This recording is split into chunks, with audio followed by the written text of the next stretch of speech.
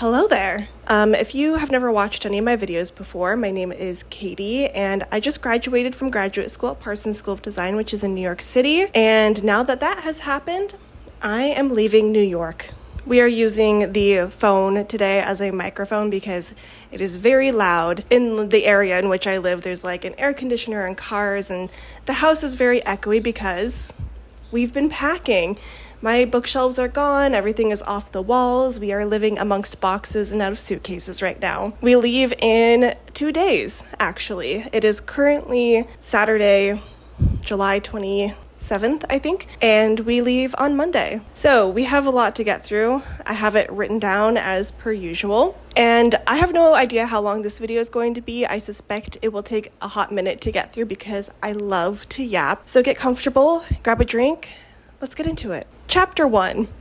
I never wanted to live in New York in the first place. Let me start this journey through coming to New York and leaving New York with a little bit of context. I don't think I've ever actually told this story, but I remember being in high school at around 17 years old, and it was the time of life where in high school, in like your English class, our teacher started taking us through the college application process. Well, a big part of my story is that I was a community college girly. I failed out of high school. I did not have a good GPA. I had no interest in school, and all I wanted to do was to take a break and not feel stupid for once in my life. So when we got to that part of the school year, I checked out. I did not work on college applications. I just didn't do any of that. I did nothing whatsoever to prepare for going to college. And part of that for me was thinking about the different things I could do in my life and the different places I could live. And like flipping through a little file folder, like a Rolodex, I was thinking about all of these big cities that people talk about wanting to live in, and like the big cities that you hear in TV shows and in movies and things like that. And New York being one of those, I looked at that file and said, I don't think I ever want to go here, and I don't think I ever can end up here. So I basically took that file and deleted it out of my brain. So New York was not something I ever intended to do. It just so happens that the programs I was interested in for graduate school, for studying and for academics, were in New York. And I am the first person to tell you that I will basically do anything that I have to do for my education. So I moved here having never thought about New York, never dreamed about New York, never having been to New York, sight unseen. I moved here. And actually, I should tell you, if you've paid very close attention to my vlogs, you would know that I never actually lived in New York. I lived in Jersey, actually. I am speaking to you from my New Jersey apartment. And if you are thinking about moving to New York, let me tell you that the smart move is to live somewhere in Jersey City because the cost of rent and cost of living is still expensive, but not nearly as bad as New York, and the PATH train goes straight from Jersey City to Manhattan. So it's really like a win-win situation. That's just my piece of advice for you. So I did make the decision to move here. I lived with a family friend for a little while before my now husband. Yeah, by the way, I got married. There's been so much that has happened in my life that I haven't been telling the camera. My long-term partner of 10 years, his name is James. You may have seen him in a couple of videos. He and I got married last month, so yay for us. It was officially a month today, actually. Oh my gosh. I should go tell him happy 1 month anniversary. I'll be right back. I can already tell that filming this is going to be cursed because I just got a memory card error and I literally just walked away from the camera to say happy anniversary to my husband. Anyways, we're back. So I moved to New York, or really moved to New Jersey. I did the grad school thing. I graduated. Now what? Whenever I was asked whether or not I would stay in New York, the question was always like, maybe if X, Y, or Z happened. I don't have any great deep-seated love of New York City, aside from what I've developed since I've lived here. And the entire time that I was living here, my now husband was working on his applications to graduate schools. So, drumroll please, James is officially going to graduate school at University of Illinois in Urbana-Champaign.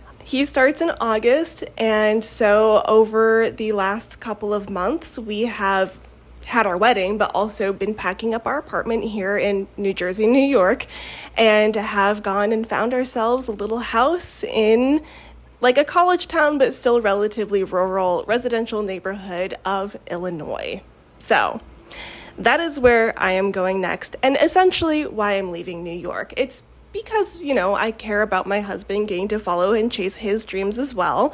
So it's his turn now to be the center of attention and to be the academic overachiever that we all know he can be, and go pursue his graduate degree. So I'm very excited for him, and I think that it is a fantastic reason to leave New York. I mean, people asked me if I'd move back to California, if I would stay in New York, where I would go, if I'd go abroad, etc., etc. And I honestly just didn't know, which is unusual for me because I usually have an idea of what the next 4 to 5 years of my life are going to look like, including where it is that I want to live. And it usually has something to do with academics and research. I knew that my husband wanted to go to grad school, and it was something that we had talked about, and it's something I wanted to make space for him to be able to do. So for the first time in 10 years, my hands are off the reins or off the wheel. I am not driving this vehicle that is our life right now. It is entirely up to James. So for a while, we thought that we might have ended up back in California. We could have stayed here in New York, and then there were a couple of schools scattered across the Midwest that he had also applied to. And lo and behold, we are ending up in Illinois. And mind you, nowhere near Chicago, so don't get excited. It's in the smack dab middle of Illinois. So yeah, the long story short is that is why I am leaving New York and where I am going next. But now that we know that and we know what James is up to, I'd like to do what James and I call coming back to me, which is to focus on my experience and be a little reflective for a moment about all of this. So I already gave you a little bit of context about the nature in which I moved to New York, but I would say that my New York story is not what you would call very typical. Most of the people in my cohort who said that they had always wanted to move to New York had this they'd either visited it or, they were really deeply invested in fashion and the fashion industry, granted the program that I was in. And so New York was almost a natural place to end up. But I had no desire to be a tourist of New York even, or to live a glamorous type of lifestyle. The videos that you see or the movies or the influencers here in New York, or any of that just did not appeal to me. That's not the kind of person that I am. If that's the kind of person that you are, the kind of content you like to consume, then that's great. It's just not who I am. And like I said, I essentially only came here for school. If you ask any of my friends, actually, they'll tell you that I was the first person to hate on New York when asked if I liked it here. And when I first moved, there was so much about New York that I really, truly almost despised, I guess. That's a really strong word, but hear me out. The farthest away from home that I had ever been was either Canada or an archaeological trip that I took to Belize, and those trips were only about a week long, and it was definitely not a moving situation. I was a tourist in those situations.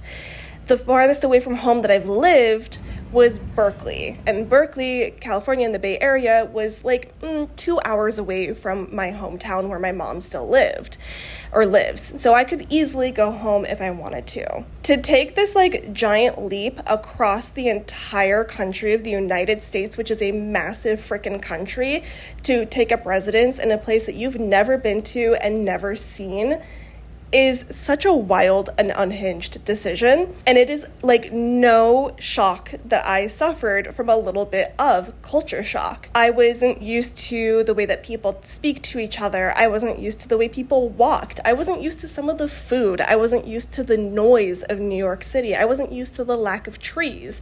I grew up in a relatively rural area of California where every street is lined in trees, and my mom's house is across the street from a farm. So I was very used to being able to see the horizon and smell flowers and pet animals, because my mom's also a veterinarian and we have a lot of pets.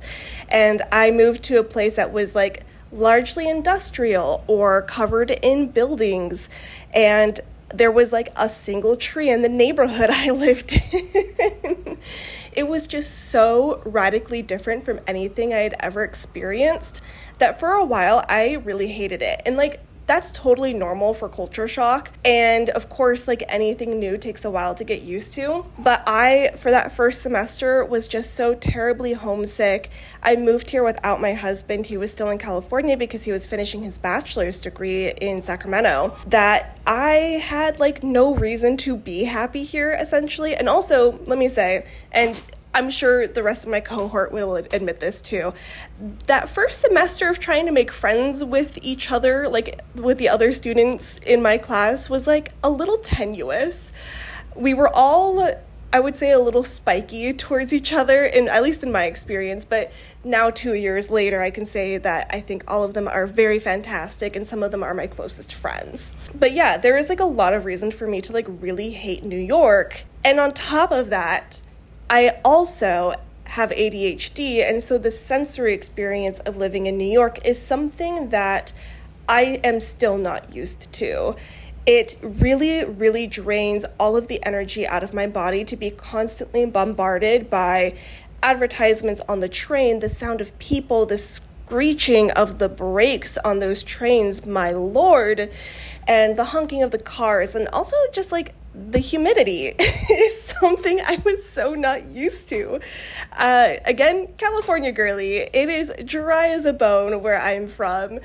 So it was just like so much to take in at one time and process while simultaneously adjusting to graduate school, which is so different from undergrad. I was so far away from friends and family and support systems, and I never wanted to be in New York in the first place. So a bit of a recipe for disaster, in my opinion.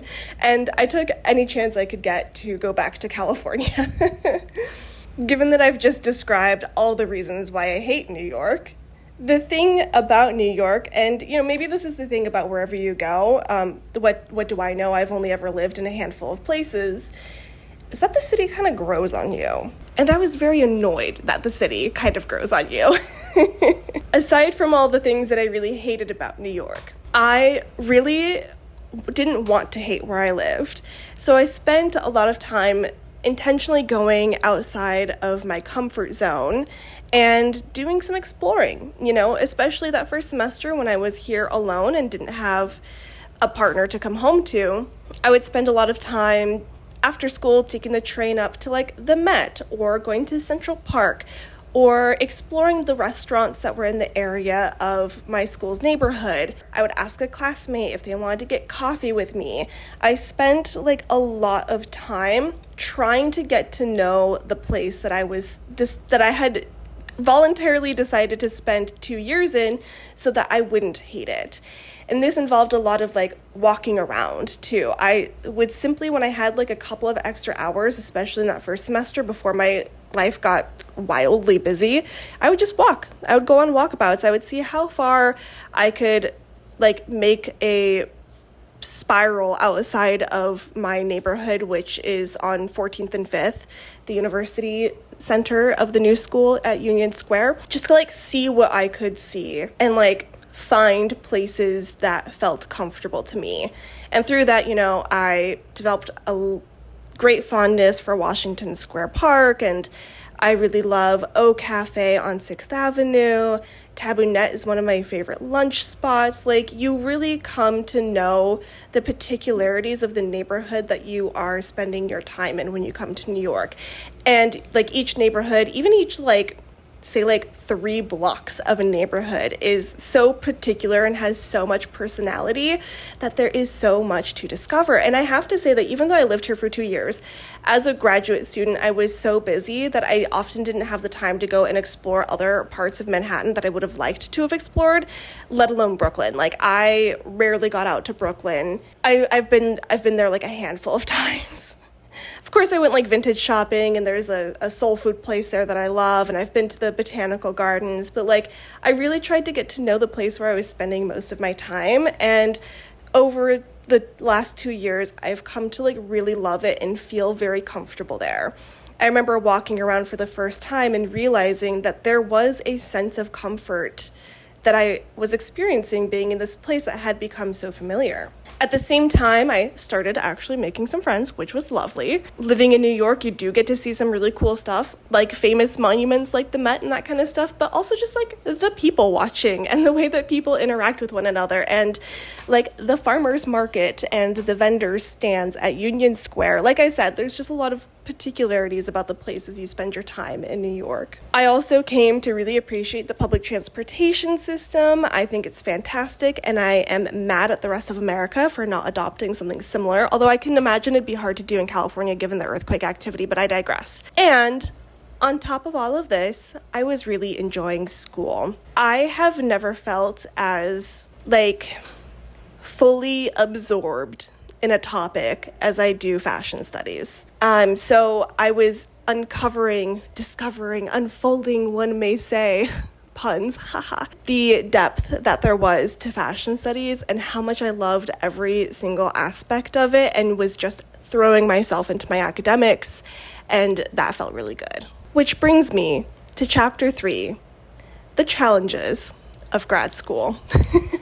I want you to know that there is no point to me moving around the couch like this. I just don't like to film from one angle for too long. So anyways, the challenges. Even though I started to find things that I really loved about New York and I was really starting to enjoy graduate school, that does not mean that it was all bright and shiny and fun all the time, as you would know if you watched my videos.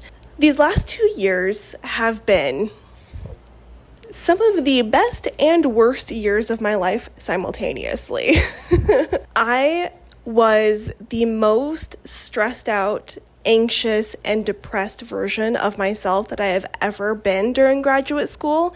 But let me tell you, it was not because of graduate school. Well, I mean, maybe the stress was, but I distinctly remember in one of my vlogs where I was writing my thesis that I was saying that I was stressed but not unhappy because I was doing what I wanted to be doing. I was doing research and I was writing into a thesis, which was something I'd only ever dreamed that I would be capable of doing. It ended up being 85 pages long and 24,000 words, which is the biggest piece of material I have ever written that has ever come out of my own brain and been birthed into the world in the form of a written thesis. At that point, at the end of the program, I was stressed but not unhappy. But for most of the time that I've been here, I have been stressed and unhappy. Towards the end of my first year here, just to give you an example of how bad it was, I had one of the worst panic attacks that I've ever had in my entire life. It was the first really big one that I'd had. I've called certain episodes that I've had panic attacks in the past, but after that one, I truly knew what it meant to actually have a panic attack. It was the lasted 2 hours, take me to the hospital because I think I'm dying or being eaten by a lion type of panic attack. I don't want to get too into the details, but I attribute most of that stress, anxiety, and depression to what I consider to have been a very traumatic interpersonal situation that I was in. The result of that interpersonal relationship was a radical destruction of my self-esteem and my ability to trust myself, my ability to know myself. So much of my time was being taken up, so much was being what almost felt demanded of me, and perhaps were I another person, the situation wouldn't have felt like a demand on my time and labor and production. But given the fact that I am ADHD and that I do have limits that are much lower, shorter, whatever, than neurotypical people, I just wasn't capable of doing what I was being asked to do, essentially. I don't feel as though that had been met with empathy and understanding. And to give you an example, I've been in therapy since January of 2023 with a really fantastic therapist, and I recall telling her that at the beginning of our therapeutic relationship, I spent so much time worrying about my identity and who I was. I felt as though I had this amorphous, ambiguous blob that I didn't know how to put boundaries around or how to describe. I didn't know what it was that I liked. I didn't trust myself to like make decisions about things that I liked or the things that I could do. I didn't know what I was capable of anymore. And I used to spend a lot of time thinking about that and trying to define it and like trying to have like a list of traits that were Katie so that I could know what they were. And I left that situation in June of last year, and a year later, I'm sitting in my therapist's office and I'm telling her that it's not like I've figured all of those things out that I want to figure out. It's simply that I just don't worry about them anymore. That I feel more like a whole and complete person now than I have in years, simply because I just don't think about it. Whatever it was about that interpersonal situation, having left it, I'm not concerned about who I am. I know who I am now. And I can tell you that my self-esteem and my confidence has gotten so much better. I have much more faith in myself. I am confident in most of my abilities. I still get imposter syndrome from time to time, of course. But it's just not something I really worry about anymore. And I am so much more trusting in myself and the things that I think that I want out of life now. But all of that was happening during grad school when you are under a lot of stress to like perform as a student. And I mean, in so many ways, like prove that you're capable and like worthy of being there. I don't like using those words, but like you do have to achieve like a certain GPA in order to stay in the program, for example. It was just another recipe for disaster. So I was really unhappy the first year that I was here. But in my second year, I'd left that situation and I had made so much more room in my life for the things that I did know that I wanted to do and that I was very adamant that I would have the time to do, like teaching. I became a teaching assistant for fashion history and fashion studies. I started making close friends with some of my classmates.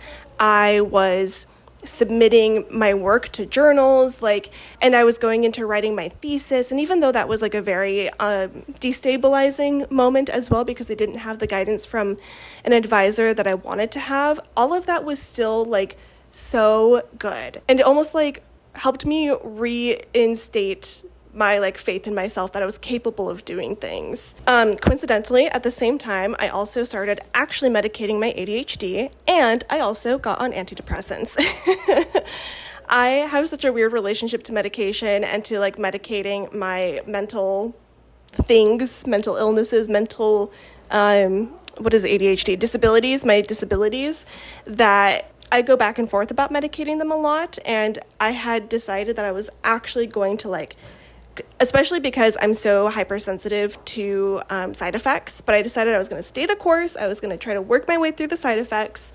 And lo and behold, being on antidepressants has actually made a massive difference to my anxiety levels, as well as the depressive episodes that I wasn't quite aware were affecting me as much as they were. Given that point, the next chapter is I am not the same person, and for the better. What I went through changed me so profoundly that who I was when I was at Berkeley, for example, and who I am now are two entirely different people. I mean, I'm still Katie and I'm still a fun-loving, goofy goofball, but I just feel, and maybe this is also the fact that I'm also now almost 30 and not in my early 20s anymore. But like I said, I just have such a stronger sense of self than I've had perhaps in my entire life. And I also say that I do think a part of this is it's not entirely to blame on that interpersonal situation. I think some of it is also having been diagnosed with ADHD at age 25 and having to contend and come to terms with that,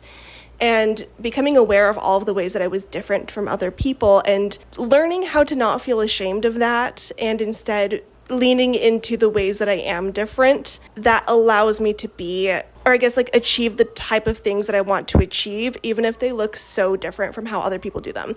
For example, I am not a marathoner, I am a sprinter. People have always told me that the best way to do your work is to do a little bit at a time or a little bit every day. Well, I am not that kind of person. I need the pressure of deadlines. I need that 11th hour adrenaline rush to get all of the thoughts to come together. And I remember telling this to a first year that one of the reasons why I don't find that last minute sprint, that rush to the deadline, stressful anymore is because I'm not worrying about it beforehand. All of this time leading up to the deadline, I'm not stressed about whether or not I'm going to get it done. Because historically, I have proven to myself that in that last little rush, I do get it done, and I get it done really well. So there's nothing wrong with doing it that way, which I guess kind of leads me into, that's a very short chapter. It's just something I wanted to say and make very distinct, that there are some lessons that I've learned. The biggest lesson that I have learned is to trust yourself, which sounds so simple, but in actuality is so terrifying. Trusting myself meant reconfiguring sometimes the way that I saw the world and tearing down frameworks that I built and spending the time to be introspective and kind and gentle with myself to allow new frameworks to come forth on their own. Another thing that I think I learned is the importance of community, especially in a place like New York. New York is massive, and there are so many people here that it is so easy to get lost in the sea of things. Community was a part of my commencement speech because I was also a commencement speaker at graduation. Finding community makes you feel so grounded. Knowing who your people are in the sea of things makes you, I think it contributes to your sense of self and your sense of identity. You know where it is that you belong because you belong with your people. Your people are the people who sit and listen, who offer you advice, who will bounce ideas off of you, who will encourage you to pursue the things that you aren't sure that you are capable of doing, who will hold your hand when you're having a really difficult time. And the thing is, especially, given my love of anthropology, I've learned that nobody is successful on their own. So finding community is one of the most important things. Humans are social creatures, anthropologically speaking. Humans are social creatures, and nobody should have to do what it is that we do alone. I don't know why we put so much pressure on ourselves to do what it is that we do by ourselves. It doesn't make any gosh darn sense. I only ever made progress on my thesis because my husband would cook all of my meals and do all of my laundry while I was writing it. I only finished my thesis because I had friends who would just sit there and listen to me think out my thoughts and write things down for me. I only finished my thesis because I also had friends who wanted to go have fun with me and not think about the thesis. It is so important to have a community. Stop trying to do things by yourself. Another thing that I think I've learned from living in New York and going through a graduate program is to be kind to others. I think it's so silly that New York has a reputation for being mean because I think people are kind of mean to outsiders no matter where you go. But something very particular that I've noticed about New York is that it really does not matter who you are. It does not matter what religion or race or gender or sexual, orientation. Literally just be kind to other people. Help them carry their bags down the stairs or hold a door for them or ask somebody if they need help. Show concern for somebody who's gotten hurt. It really does not matter. Just be kind to other people. And that is, so many people strangers have shown me kindnesses while living in New York, giving me directions, asking me if I need help when I look lost, helping me with my bags, and holding doors for me. And that is something that I haven't experienced in a lot of other places. But the way that New Yorkers are kind to strangers is something that I think is beautiful and should exist across the U.S. The only exception is tourists. But that's because tourists are annoying and don't know what they're doing. Chapter 6, I have some recommendations for you. I want to tell you some of the things that I loved, and if you ever find yourself here, you can partake in as well. I would highly, highly recommend O Cafe on 6th Avenue and 13th Street. I absolutely love their roasted yams dish, and they make absolutely beautiful cappuccino. I would also share that there's a Boba Guys here in New York. Boba Guys is based out of San Francisco, but there is one in Soho, and I really love their bobas. Cheryl's Global Soul in Brooklyn is the best fried chicken sandwich that I've ever had, and in fact, it brings me to tears every single time I eat it. Just ask James, because he makes fun of me for it. James also really loves their catfish and mac and cheese. It is some of the best soul food you will ever eat. I would say, like, for sure, hit up all of the big museums, but also, like, keep an eye out for all of the smaller things that happen in New York. Like, I've gone to friends' like tiny fashion shows. I've been to a friend's art gallery. I got to help in a secondhand fashion show instead of like the big glamorous glitzy environment destroying fashion shows from the big brands. What recommendations do you have for New York? Keep to the right. Keep to the right. Yes, if you are walking on the sidewalks, keep to the right and stay out of people's way. And if you have to stop to look at your phone, move out of the way. Like, keep to the right. Go stand next to a building and look at your phone that way. I would also say if you ever find yourself in Jersey, Twins hot chicken is absolutely delicious, and they have the best fries, as well as Raza Pizza is one of our favorite pizza places here. Oh yes, Kings County Distillery is some of the best whiskey you will ever have, and their cocktails are incredible. It's a little bit out of your way, but James and I go there like maybe once every other month and get absolutely blasted because their alcohol is delicious. Make sure that you do check out the New York Public Library and the Rose Reading Room, but also go across the street to the circulating branch, because the big fancy New York Public Library with like the lines and everything, that is all like archival and research material, so there's not like books you can check out there. Go across the street, that's where all of the books that you can check out live, and they have an absolutely beautiful building. You can sit and like get work done. There's bathrooms, there's like working spaces, and also you can check out books. Use your library card, people. Bryant Park movie nights in the summer, that's also a good one. Tabboulette is one of my favorite places to get lunch. Venki Gelato, they are a chain, but Venki Gelato is one of my favorite gelato places. Grey Dog is a really fun restaurant that James and I go to very frequently, especially for their happy hour. And I'm going to leave it there because this video is going to be like an hour long because I talked so freaking much. But last chapter, final thoughts. I'm very glad that I did what I did. I am so glad that I got to experience a new part of America, that I've made the friends that I've made. I think that especially two of them are going to be lifetime, like lifelong friends. I can't imagine a time in my life where I wouldn't want to still be talking to them. I'm really happy that I specifically chose a research degree and that I've proven to myself that I can do research, and especially the fact that I finished my thesis and didn't quite feel satisfied, and I have so many more questions and so many more research ideas that I know that I have the the audacity. Yeah, we'll say audacity to pursue a PhD in the future.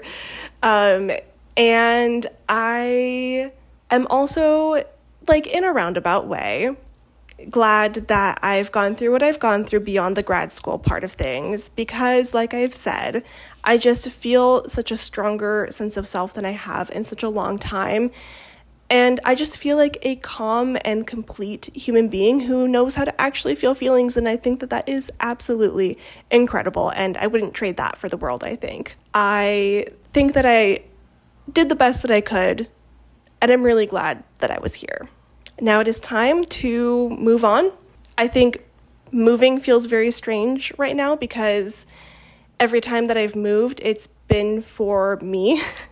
And I had like a goal and a purpose in doing it. And right now, like I've said already, the focus is not me. The point of moving right now is for my husband to pursue graduate school, and the role that I have assigned to myself to fulfill is that of caretaker. So, taking care of the house and reciprocating what James has done for me, which is the support, right? So the cooking of food and the cleaning of house. And I am so happy to do that for James because I think that he deserves to experience something as cool as I've experienced. is just a little bit different because I typically have something very defined to focus on. And I mean, I have a job. It's a remote job. I've been working for a long time. And of course, I'm looking for something that's actually related to my field. But the other end of this move still just looks a little bit undefined and open for the first time in a very long time. And I don't think I feel scared about that. It's just different. And I know that it's going to be like another type of culture shock that I'm going to have to work through, but I've done it before. I can do it again. And it's going to be so worth it because, not to get super sappy again, I just think that James deserves the world. So it's for a very good cause. But yeah, I have a lot of other things to say that I have continuously been talking about with James and my friends and my therapist, but I can only talk in one YouTube video for so long, so I'm gonna, I think this is where I stop yapping. Ready to do it? Ready. All right.